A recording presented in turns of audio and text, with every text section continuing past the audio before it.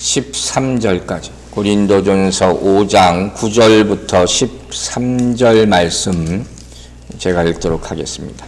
내가 너희에게 쓴 편지에 음행하는 자들을 사귀지 말라 하였거니와 이 말은 이 세상에 음행하는 자들이나 탐하는 자들이나 속여 빼앗는 자들이나 우상 숭배하는 자들을 도무지 사귀지 말라 하는 것이 아니니 만일 그리하려면 너희가 세상 밖으로 나가야 할 것이라. 이제 내가 너희에게 쓴 것은 만일 어떤 형제라 일컫는 자가 음행하거나 탐욕을 부리거나 우상 숭배를 하거나 모욕하거나 술 취하거나 속여 빼앗거든 사귀지도 말고 그런 자와는 함께 먹지도 말라 함이라. 밖에 있는 사람들을 판단하는 것이야 내게 무슨 상관이 있으리요마는 교회 안에 있는 사람들이야 너희가 판단하지 아니하랴. 밖에 있는 사람들은 하나님이 심판하시려니와 이 악한 사람은 너희 중에서 내쫓으라. 아멘. 자, 같은 맥락의 말씀을 5장을 통해서 우리가 많이 봤습니다. 음행이라는 것을 통해서 고린도 교회가 정말로 하나님의 성전의 역할을 하고 있는가, 이걸 점검해 보는 거잖아요. 그러니까 오늘 내용은 이 내용의 마지막 결론 부분이라고 할 수 있어요. 말씀 자체는 별로 어려운 게 없는 것 같아요. 근데 중요한 건 항상 그거죠. 이 말씀을 우리가 듣고 깨닫고 분별하고 그 다음에 뭐예요? 적용하고 세상에서 처리하기는 쉽지 않는 현실과 부딪힐 수 있다는 거예요. 그 내용이 오늘 본문에 나와 있어요. 더 간단히 얘기하자면 말씀 100번 옳죠. 그러나 이것과 현실의 갈등이 있을 수가 있다는 거죠. 이 문제에 있어서 이건 결국 항상 말하잖아요. 결정은 우리가 하는 거예요. 하나님은 옳은 것을 먹이시려고 하는 것이고 우리가 밤의 것을 먹느냐 아침의 것을 먹느냐 이걸로 인생이 갈라지게 된다. 성경은 얘기하고 있거든요. 이 현실과 말씀 사이에 갈등이 있다고 하는 자체가 말이 안 되는 것이지만 많은 사람들이 그렇게 생각한단 말이에요. 고민한다는 거예요. 그래서 정말 하나님의 말씀을 온전히 따르지 못하는 경우가 얼마나 많은지 모릅니다. 그 얘기를 오늘 하는 거예요. 바울사도. 자, 5장 9절 말씀부터 하나하나 보겠습니다. 내가 너희에게 쓴 편지에 음행하는 자들을 사귀지 말라고 하였거니와 이렇게 시작을 하죠. 바울은 이 얘기를 보면 고린도전서 이 편지를 쓰기 전에 이미 한 통의 편지를 보냈던 것 같아요.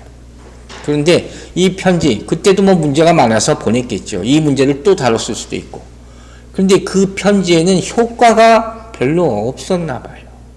다시 또 이렇게 편지를 보낼 수밖에 없는 거죠. 게다가 오늘 내용을 살펴보면 바울 사도가 이미 많은 조언을 줬음에도 불구하고 편지를 보냈음에도 불구하고 고린도 교인들이 그걸 받고 나서 잘못 이해한 부분이 있었다는 거예요. 오해한 부분이 분명히 있었다 하는 것이죠. 그래서 앞에서도 계속 무슨 얘기를 했습니까? 음행하는 자들과 사귐을 갖지 말라. 관계를 끊으라. 심지어는 출교하라는 말까지 했다는 거예요. 이 말은 뭐예요? 교회 안에 들어와서도 계속해서 이런 악한 행동, 음행을 비롯한 악한 행동을 계속해서 하는 사람들을 말하는 그 말이라고 그랬잖아요. 그것을 그런 사람들과의 사귐을 끊으라. 끊지 않으면 어떻게 돼요? 공동체에 영향을 미친다는 거예요. 누룩. 들었죠? 공동체의 거룩함이 파손되고 변질될 수가 있다는 것이에요.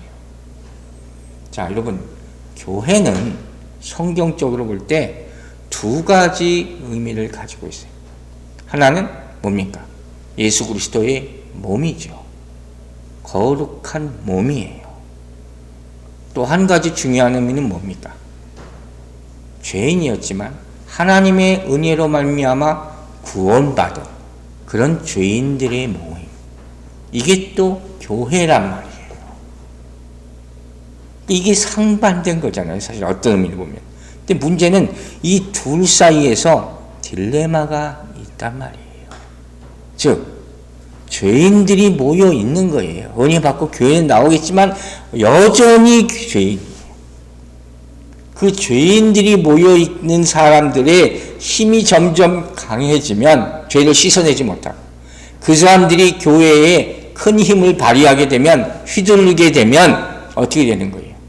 교회의 본질, 하나님의 거룩한 몸, 이건 없어지게 될 수 있다는 거예요. 이걸 생각하라는 거예요. 그래서 그런 일이 벌어지지 않기 위해서는 어떻게 하라고요? 누룩을 조심하라 그랬잖아요. 이게 퍼지니까, 악한 영향을 미칠 요인이 보이면 아주 사전에 과감하게 제거해야 된다는 거예요. 골마서 가만히 놔두면 터져요.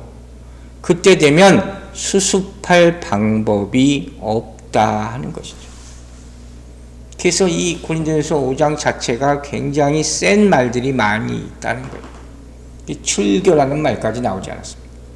근데 어떤 분들은 이 말을 듣고 이렇게 반발할 수가 있어요. 아니, 예수님께서 잃어버린 양 한 마리를 찾아 헤맨, 어찌 그런 얘기를 이렇게 쉽게 하느냐.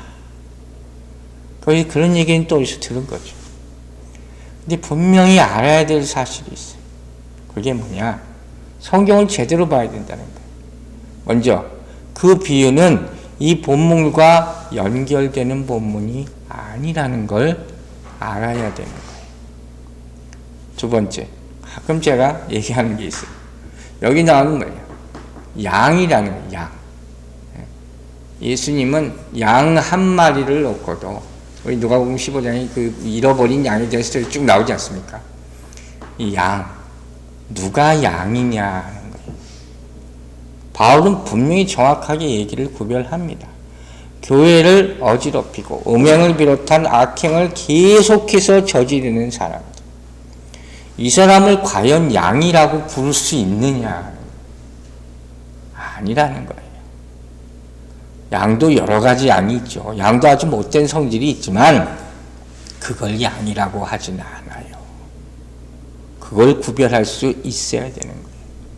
또 한 가지, 예수님이 분명히 잃어버린 양 한 마리를 찾으러 가실 때 나머지 99마리를 다 팽개쳐 놓고 가시지 않았어요. 그것도 우리가 알아야 한다는 거예요. 결정적으로 예수님이 요한복음 10장 27절에서 이런 말씀하시죠. 내 양은 내 음성을 들으며 나는 그들을 알며 그들은 나를 따르니라. 내 양은 내 음성을 들어요. 그리고 뭐라고요? 그들은 나를 따른다는 거예요. 양이 진짜 양이면 목자를 따라가는 거예요. 목자는 그 양이 내 음성을 듣고 따라올 양인지 아닌지 알아요. 그걸 모를 리가 없다 하는 거예요. 그걸 알고 성경을 얘기하든지 말든지 해야 된다 하는 말씀을 하는 것이에요. 자, 고린도전서 5장 10절에 또 이렇게 얘기하고 있어요. 계속 봅니다. 이 말은 이 세상에 음행하는 자들이나 탐하는 자들이나 소격 빼앗는 자들이나 우상 숭배하는 자들을 도무지 사귀지 말라 하는 것이 아니니 만일 그리하려면 너희가 세상 밖으로 나가야 할 것이다. 쉬운 것 같으면서도 가만히 한 번 더 읽어보면 이거 무슨 소리지? 하고 고개를 갸우뚱하게 만드는 구절이 바로 이 구절이에요. 먼저 바울은 여기서 교회의 정결함, 순결함을 빼앗는 치명적인 죄악들을 하나하나 나열하잖아요. 음행, 탐욕, 속임, 우상숭배, 이런 것들이에요. 이게 교회 안에 지금 있다는 거예요. 그 교회를 망치는 것들이잖아요. 이런 것들이 점점 퍼지면 교회의 거룩함이라는 것은 절대로 유지될 수가 없다. 그래서 이런 것들을 갖고 들어오는 사람, 계속 퍼뜨리는 사람들을 쫓아내거나 단절하라는 거예요. 그것이 죄를 지으면서도 죄를 못 짓는 사람에게 죄를 깨닫게 하는 그런 방법이 되고, 또한 교회를 거룩함을 보존할 수 있는 방법이 된다 하는 거예요. 그 다른 방법이 없다 하는 것이죠. 근데 본문을 가만히 보면 그 얘기만 하고 있는 것이 아니에요. 그래서 성경은 정확하게 끝까지 읽어봐야 됩니다. 여러분, 많은 분들이 안타깝는데 이렇게 성경을 좀 읽다가 내가 아는 거, 들어본 것 같은 거면 그냥 안 읽고 그냥 대충 지나가는 분들이 너무 많아요. 그래서 평생 잘못된 말씀을 알고 있어요. 그 외에도 정말 많습니다. 오늘 말씀이 바로 그런 말씀 가운데 하나인 것 같아요. 뭐라고 되어 있느냐? 바울이 말하느냐? 도무지라는 말이 나오잖아요. 이게 무슨 얘기냐? 이런 악행을 저지르는 사람들과 완전히 끊고 살라. 이제까지 이렇게 들었잖아요. 근데 오늘 보면 그게 아니에요. 그러지 말라. 지금 그렇게 얘기하고 있는 거예요. 그죠? 도무지 사귀지 말라 하는 것이 아니니. 이렇게 얘기하잖아요. 그 여기서부터 헷갈리는 거예요. 아, 그럼 대체 어떻게 하라는 거야? 방금 전까지 끊으라며. 근데 이제 또 그러지 말라며. 어떻게 하라는 얘기냐는 거예요. 그러니까 이게 딜레마인 거예요. 간단하게 설명을 합니다. 어떻게 설명할 수 있느냐? 예수님의 삶의 모습이 우리에게 이해가 되죠. 가장 좋은 예예요. 자, 성경 보세요. 마태복음 9장 10절. 이 한마디로 다 설명할 수 있어요. 예수께서 마태의 집에 앉아 음식을 잡수실 때 많은 세리와 죄인들이 와서 예수와 그의 제자들과 함께 앉았더니. 여러분 이해가십니까? 뭘 의미하는 거예요? 그리스도인은 세상과 단절된 삶을 살 수 없고 그래서도 안 된다 하는 거예요. 이 얘기를 지금 바울이 하고 있는 거예요. 그렇게 하려면 어떻게 돼요? 산속에 혼자 들어가서 살아야죠. 그 절이 있잖아요, 절. 절에 누가 갑니까? 속세를 떠난 사람들이 간다고 얘기하잖아요. 우리 다 절에 가서 살아야 됩니까? 그게 아니죠. 교회의 목표는 뭐예요? 세상에서 나가서 전도하고 세상을 변화시키는 목표를 가지고 있는 거예요. 그러니까 세상의 외인들하고 죄인들하고 접촉하기를 꺼려해서는 안 된다 하는 거예요. 이걸 잊지 말라는 거예요. 예수님이 이 사람들, 세리와 죄인들, 그 당시 다 죄인 취급했던 사람들이죠. 특별히 유대인들이. 이 사람들하고 밥만 먹었겠습니까? 아니, 그 밥 한 끼 먹으려고 그렇게 교제했겠습니까? 아니죠. 왜? 변화시키기. 이게 목적이에요. 이건 사명감으로 가지고 있는 거예요. 죄를 구별하는 것과 이걸 구별 못하면 족도 밥도 아무것도 못해요. 그래서 아무것도 못하는 사람들이 많은 거예요. 이걸 정확하게 알고 있으라고 있는 거예요. 근데 사실 이런 문제, 비슷한 문제들이 삶 가운데 많이 일어나요. 그래서 어찌할 바를 몰라서 그냥 중립으로 사는 사람들이 거의 대부분이라는 거예요. 그럼 제가 몇 가지 예를 들어서 설명을 하려고 그래요. 그게 참 좋은 것 같아요. 그래서 좀 가이드라인을 여러분한테 제시해 보려고 그러는 거예요. 우리가 살면서 특히 이민 생활을 할 때는 참 어려운 게 많잖아요. 이런 경우가 있죠. 우리가 일을 해야 되는데 믿지 않는 사장이, 주인이 믿지 않아요. 또 우상을 섬기거나 다른 종교를 막 강요하거나 그럴 수도 있다 하는 거예요. 그럼 어떻게 해요? 우리는 그러면 뭐 아무 일도 못 해야 됩니까? 일 다 그만둬야 됩니까? 이거 어떻게 하는 거예요? 자영업 하지 않으면 이거 참 어려운 거 아니에요? 자영업도 참 점점 어려운 현실이 되고. 이럴 때 어떻게 해야 되느냐? 그런 걸 생각하지 않을 수가 없어요. 특별히 우리 자라는 앞으로 자랄 자녀들을 생각하고. 몇 가지 가이드라인을 드리려고 하는 거예요. 첫 번째, 어떤 일을 내가 선택할 수 있을 때는, 내가 먼저 선택할 수 있을 때, 그때는 이런 사람들과 함께 하지 말라 하는 거예요. 사실 이 교회에서 어렸을 때부터 가르쳐야 되는 거예요. 제가 얘기 여러 차례 합니다. 어떤 직업을 갖냐, 우리 마음대로 물론 어렵죠. 그러나 내가 선택할 만한 그런 때이고 할 수 있다면 절대로 이런 사람들과 함께 하지 말라 하는 거예요. 여러분의 자녀들의 직업 선택에 있어서도 기도해야 된다 하는 것입니다. 예를 들어 주일에 이 직장이 일을 해요. 그걸 알아요. 근데도 알면서 그 직장을 다닌다면 그 책임은 본인이 져야 되는 거예요. 그럼 불을 보듯 뻔합니다, 장래가. 그렇잖아요. 거기서 누가 가서 나는 주일날 교회 가야 됩니다. 싸울 수 있는 사람, 이길 수 있는 사람이 몇 명이나 될까? 그 자신 있는 사람은 그렇게 하라는 거예요. 아주 현실적인 얘기를 하는 거예요.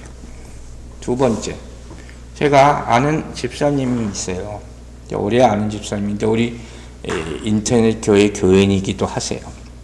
가끔 통화하면서 기도도 해드리고 상담도 하는데 이분이 새로운 직장을 계속 구하고 있어요. 오랫동안. 구하고 있는데 얼마 전에 저하고 또 통화하고 기도 부탁하면서 어떤 곳에 대해서 어플라이를 했다 그랬거든요. 제가 그 당시에는 그 순간에는 말씀을 안 드렸어요. 근데 그것이 그 국가에서 이렇게 관장하는 기관이에요. 나중에 결국 되지 않았는데 이런 말씀을 드렸어요. 제가 처음부터 그런 마음이 들었었는데 그런 것을 베네핏만 보고 잘못 들어가면요. 여러분의 신앙과 분명히 부딪힐 수가 있습니다.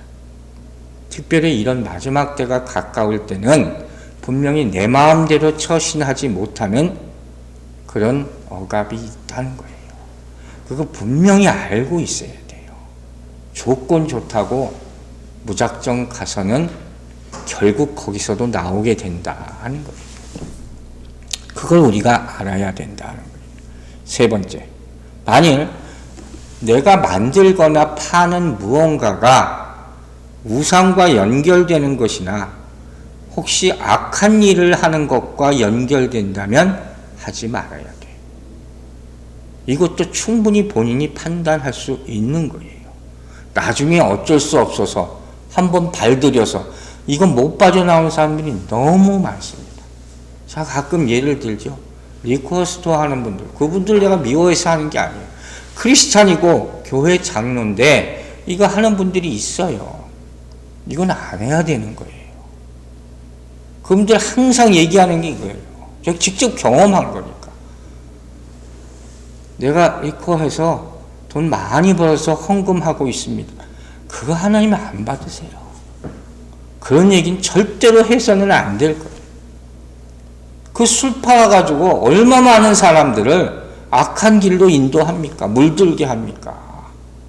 그걸 알아야 돼요. 그런 일은 시작도 하지 말아야고 끊어야 된다고요. 물론 그게 얼마나 많은 돈을 버는지 다른 거 비교할 수 없다고 그러더라고요. 그래서 못 끊는다는 거예요. 근데 그렇다고 그걸 헌금 많이 한다고 그걸로 보상받으면 말도 안 되는 소리. 그건 아니에요. 그건 절대로 아니라. 네 번째. 그래서 바로 이런 것 때문에 믿음의 사람들, 믿음의 공동체는 신앙과 행실에 있어서 항상 순결함을 계속해서 유지하는 것이 중요하다는 거예요. 계속해서 유지하는 것. 이게 어렵고도 참 중요한 거예요. 여기 치고 저기 치고 이랬다 저랬다 하면 아무것도 안 되는 거예요. 우리는 분명히 세상에 살아야 되는 거예요. 근데 세상에 죄가 가득해요. 그럼 어떻게 했어요? 세상에서 도망칠 수는 없잖아요. 그럼 우리의 사명인 전도는 그럼 어떻게 한단 말입니까? 아무것도 못하는 게 되잖아요. 소금과 빛 매일 얘기하는데 소금과 빛 무슨 소금과 빛이 못하는 거예요. 그러기 위해서는 우리가 준비되어야 된다는 거예요. 우리 스스로의 정결함으로 단단히 준비되지 않으면 이것도 저것도 아니게 될 수 있다. 이걸 명심하시라는 거예요. 계시록에 보면 그러한 일이 현실로 다가올 때가 온다고 분명히 말하고 있어요. 자, 빌립보서 2장 15절에 아주 좋은 말씀이 하나 있어요. 이는 너희가 흠이 없고 순전하여 어그러지고 거스르는 세대 가운데서 하나님의 흠없는 자녀로 세상에서 그들 가운데 빛들로 나타나며 아멘이죠. 이렇게만 살면 얼마나 좋겠습니까? 그럼 교회는 세상을 삶의 터전으로 여겨야 되는 거예요. 피할 수 없어요. 하나님의 뜻이 하늘에서 이루어진 것 같이 땅에서 이루어지길 바란다고 우리는 항상 기도하지 않습니까? 그러니까 세상에 있는 죄를 보고 절대로 피할 수 없고 그 사람들을 거리감을 놓고 살 수도 없는 것이란 말이에요. 그래서도 절대로 안 된다 하는 것을 잊지 마시기 바랍니다. 그러기 위해서 거룩함으로 무장하고 준비해야 되는 거예요. 무슨 영적 전쟁을 아무나 합니까? 내가 준비 안 돼 있는데 다 먹히는 거지. 한 가지 제가 더 생각을 했어요. 요즘 상황을 보면서 요즘 인종 간의 증오 범죄가 정말 많이 나타나고 있죠. 다 사실 수면 밑에 있었던 건데 이제 막 드러나는 것일 뿐이에요. 이거 굉장히 오래된 거잖아요, 사실. 안타까운 마음으로 저거 보는데 저는 몇 가지 생각을 해보면서 이런 생각을 해요. 미국 교회들이 좀 기도했으면 좋겠어요. 뭐 그 사람들이 제 얘기를 들을 건 아니겠지만 백인 교회들, 흑인 교회들 특별히 이 사람들 분명히 우월하다는 생각들이 있어요. 저는 미국에 살면서 그걸 너무 많이 겪었어요. 심지어 이 미국 많은 백인 교회의 신학 가운데 이런 사상들이 들어가 있어요. 하나님이 백인을 가장 우월하게 만드셨다. 그렇게 가르친다니까요. 많은 교회들이 그렇게 알고 배우고 자랐어요.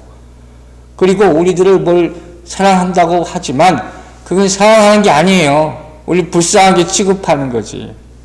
그런 것들이 팽배해 있단 말이에요. 정말 미국 목사님들 위해서 기도해야 돼요. 거기서 깨어지게 돼요. 그래야지 미국이 살아날 수가 있다는 거예요. 우리는 어떻게 해야 되나? 우리는 성경이 하라는 대로 해야죠. 로마서 12장 21절 보세요. 악에 지지 말고 선으로 악을 이기라. 우린 약한 자들이에요. 그러나 싸울 수가 없어요. 이 문제의 해결 방법은 예수 그리스도의 사랑밖에 없다고 성경은 얘기합니다.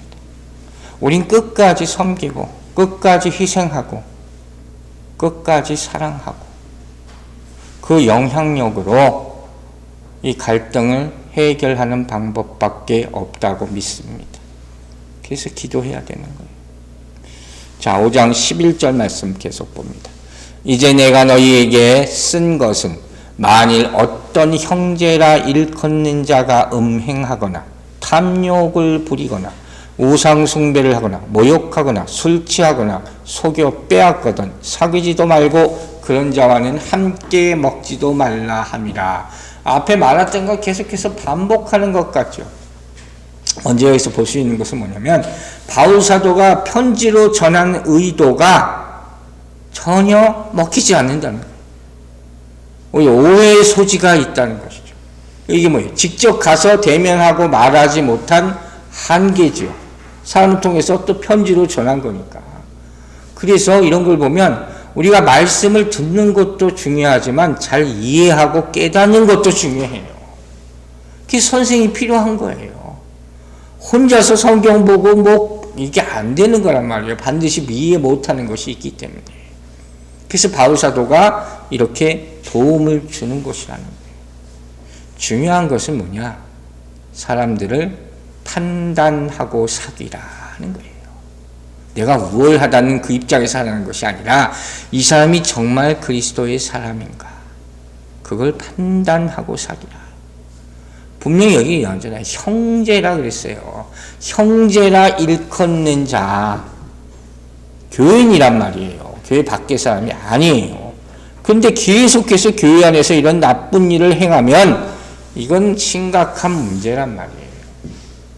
여러분, 교회 안에서 구역 모임이나 이런 모임을 갖는데 그 모임에서 술을 준비해서 술을 먹는다고 생각해 보세요. 이게 가당한 일입니까? 정말 가당치도 않은 일이에요. 그걸 또 나름 감춰보겠다고 주전자에다 담아서 준비해요. 준비하는 사람이나 먹는 사람이나 그걸 보면서 가만히 있는 사람이나 나는 안 먹었어요 하는 사람 똑같은 거예요. 다 똑같은 거예요. 정말 다 똑같은 거예요. 기가 찰 것인 거예요.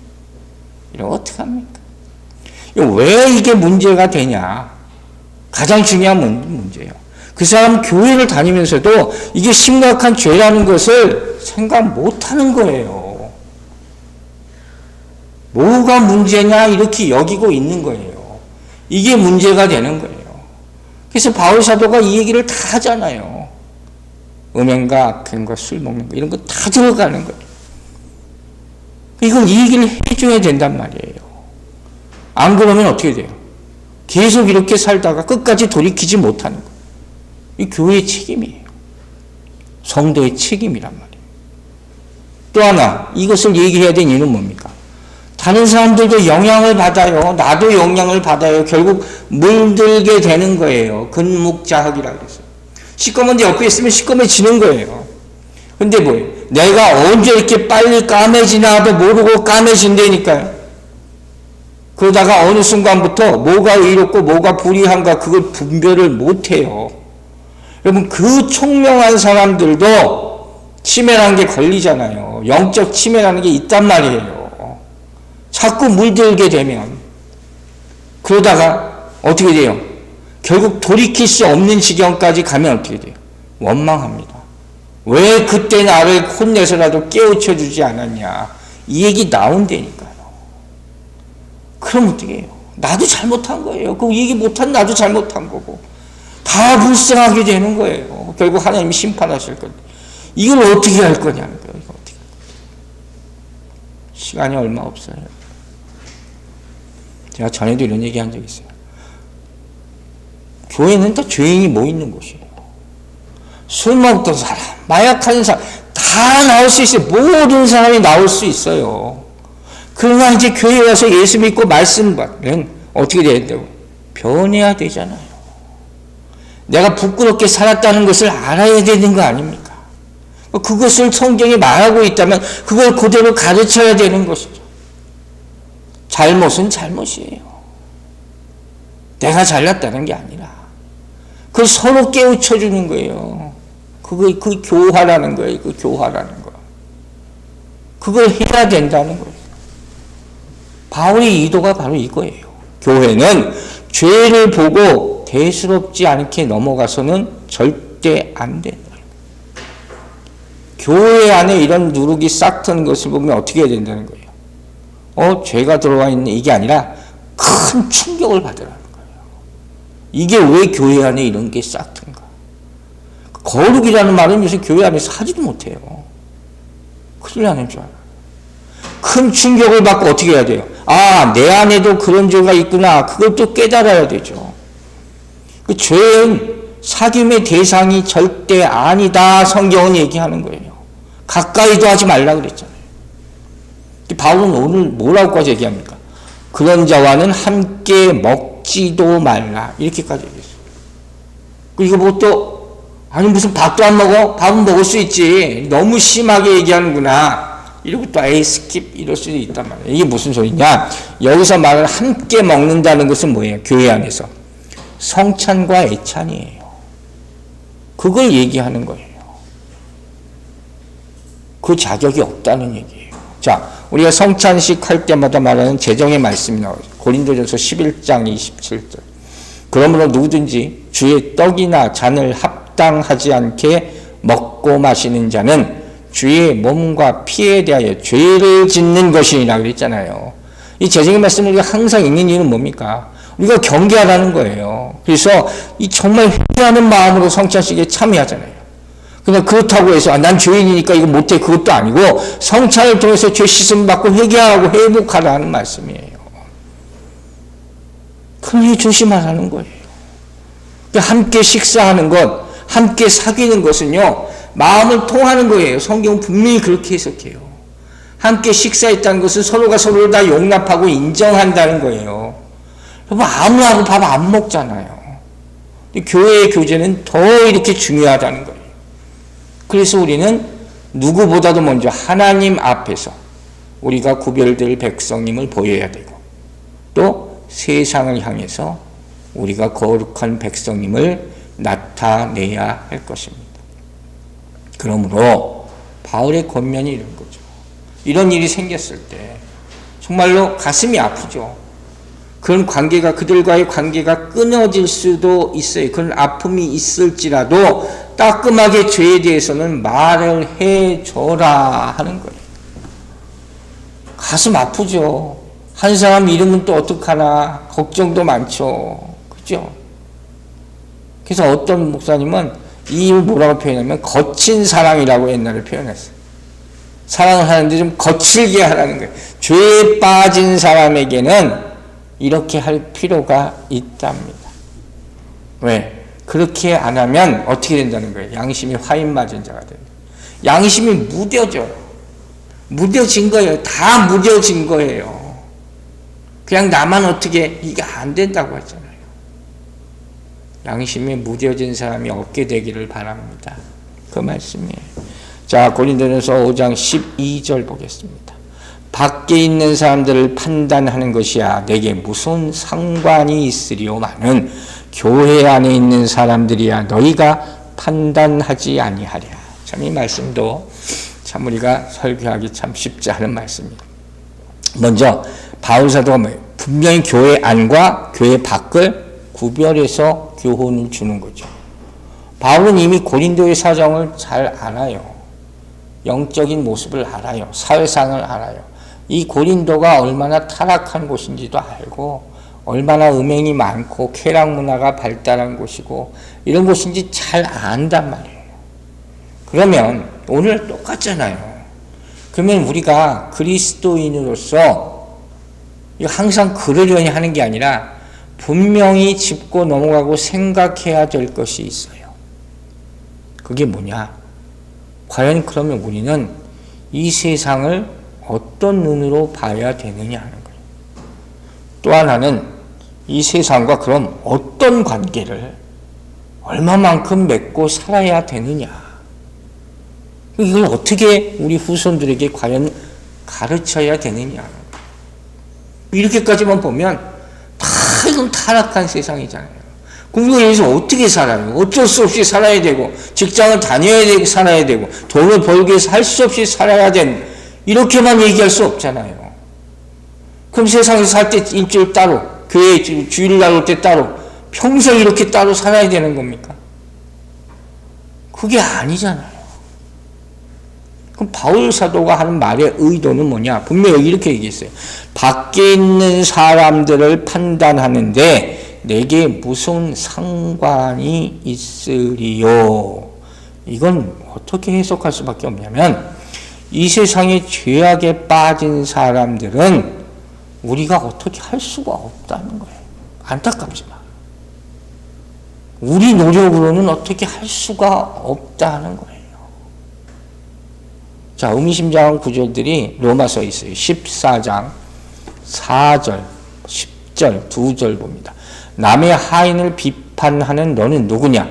그가 서 있는 것이나 넘어지는 것이 자기 주인에게 있으며 그 사람 책임이란 거예요. 내가 어쩔 수 없다는 거예요.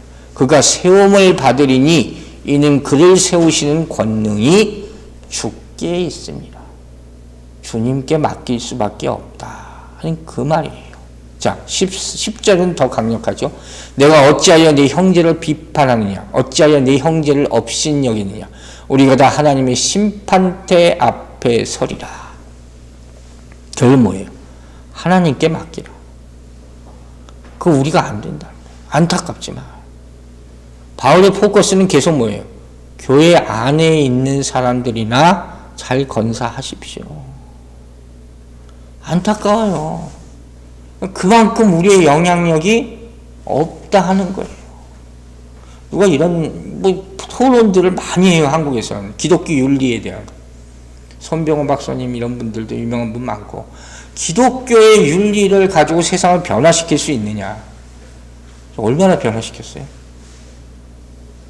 정말 미미하다는 거예요. 한국의 모습을 보면 지금 다 실패했다고 그러거든요. 그나마 그런 분들도 이제는 다 은퇴하고 하늘나라 갈 때만 기다리고 있어요. 그 후대들이 없어요. 없어. 옛날에 어떤 사람이 간디 얘기를 한 적이 있어요. 간디, 여러분 인도의 성자, 유명한 사람 아닙니까? 이 사람이 기독교 사상에 굉장히 심취했던 사람이에요. 그리고 산상수훈을 그렇게 좋아했답니다. 그런데 그럼에도 불구하고 그리스도인이 되는 것은 원치 않았던 사람이에요. 끝까지. 그냥 단지 자기가 보기에 좋은 교훈만 얻으려 했다는 것이. 이거 우리가 변화시킬 수가 없다는 거예요. 가슴 아픈 일이죠. 바울이 얘기하는 바는 교회 밖의 사람들, 그리스도 밖에 있는 사람들은 결국 하나님이 오셔서 심판하실 것이다. 거기에 맡길 수밖에 없다 하는 거예요. 그게 바로 마지막 13절이에요. 밖에 있는 사람들은 하나님이 심판하시려니와 이 악한 사람은 너희 중에서 내쫓으라. 교회 안은 우리 책임이에요. 밖은 하나님께 맡기라. 이 결론인 거예요. 자, 이 모습을 보면서 우리가 그리스도인으로서 세상을 도울 수 있는 방법이 있을까? 간단하게 저는 두 가지 결론을 맺습니다. 하나는 우리가 우리 스스로 법을 잘 지켜야 된다. 그리스도의 법, 교회의 법을 잘 지켜야 되는 것이. 그것을 본을 보이게 나타내. 선한 영향력이죠. 여기는 틀림이 없으니까, 나쁜 얘기가 없다는 건 세상 사람들도 인정을 하니까 우리가 이 법을 지키지 않고 어떻게 예수를 믿으라고 할 수 있느냐는 거예요. 두 번째, 그리스도의 삶을 세상에 전해야 한다는 거예요. 영향력이죠. 세상의 인본주의나 악한 세력들과 우리가 부딪힐 텐데 어떻게 하겠어요? 방법은 복음을 전하는 것 한 방법밖에 없다. 다른 어떤 방법도 안 됩니다. 그래서 끊임없이 전도하는 것밖에 없는 거예요. 우리가 악한 세상 하면서 포기하지 말고 계속해서 이 사람들을 도울 수 있는 유일한 길은 한 사람 한 사람 전도해서 예수 그리스도의 사람으로 만드는 것밖에 없다는 사실을 잊지 마시기 바랍니다. 오늘 말씀을 요약하는 성경 구절을 하나 찾았어요. 자, 야고보서 5장 20절 읽겠습니다. 너희가 알 것은 죄인을 미혹된 길에서 돌아서게 하는 자가 그의 영혼을 사망에서 구원할 것이며 허다한 죄를 덮을 것입니다. 우리 사명인 줄로 믿으시기 바랍니다. 죄에 대해서 우리 5장 전반에 걸쳐서 얘기해 봤어요. 정리를 좀 했어요. 여러분, 심각한 죄, 교회 안에서 이걸 간과하는 것은 절대로 사랑이 아니라 했습니다. 두 번째, 심각한 죄를 대면하는 것은 이걸 다루기로 하는 것은 이건 선택이 아니라 의무예요. 마태복음 18장을 통해서 순서를 배웠죠. 직접 두세 사람이 교회가 이를 통해서 지혜를 얻으시기 바랍니다. 세 번째, 심각한 죄를 다루는 것은 정죄를 하려는 것이 아니라 그 사람들을 고쳐주려는 것이 교정이에요. 우리 모두에게 목자의 역할, 이것이 있다는 사실을 잊지 마시기 바랍니다.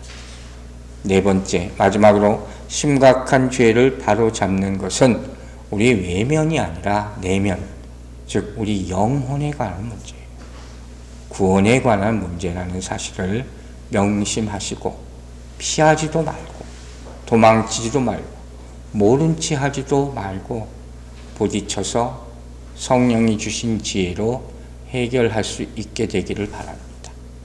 여러분, 우리가 믿음이 성장하면서 또 말씀을 계속 보면서 점점 느끼는 것 하나가 있어요. 은혜도 받지만 죄에 대해서 깨닫는 거예요. 그런 것들이 보이기 시작합니다. 그러면서 시험 더 커져요. 유혹도 커질 수가 있어요. 그런 것들이 다가올 때 우리는 과연 어떻게 해야 되느냐? 항상 조심하시기 바랍니다. 또 작은 죄악, 누룩이라고 가볍게 보지 마시라 하는 것이. 세 번째로 절대로 타협하지 말라고 했어요. 마지막, 죄악과는 사귀지 마시기 바랍니다. 굳건한 믿음을 가지고 이 모든 악함을 이기는 여러분들과 이 교회 되기를 주의 이름으로 축원합니다. 기도하겠습니다. 아버지 하나님, 우리가 교회 안에 악함에 대한 얘기를 계속 들었습니다. 우리를 정결케 하게 하여 주시고 결단하게 하여 주시고 함께 지혜를 모아 이런 누룩들이 이 안에서 정말로 나타나지 않도록 막을 수 있도록 역사하여 주시옵소서. 항상 주님께 기도하기를 이 교회가 주님의 거룩한 교회가 되기를 바라고 원합니다. 우리 성도들 그렇게 구별되게 하여 주시고 무장시켜 주시고 항상 말씀과 기도로서 그 성결함을 유지할 수 있도록 축복하여 주시옵소서. 특별히 이 세상 가운데 우리 자녀들 주님 기억하여 주시고 세상의 악함을 분별할 수 있게 지혜 주시고 물들지 않도록 이겨낼 수 있도록 주님께서 말씀의 능력으로 역사하여 주시옵소서. 감사드리며 예수 그리스도의 이름으로 기도했습니다. 아멘.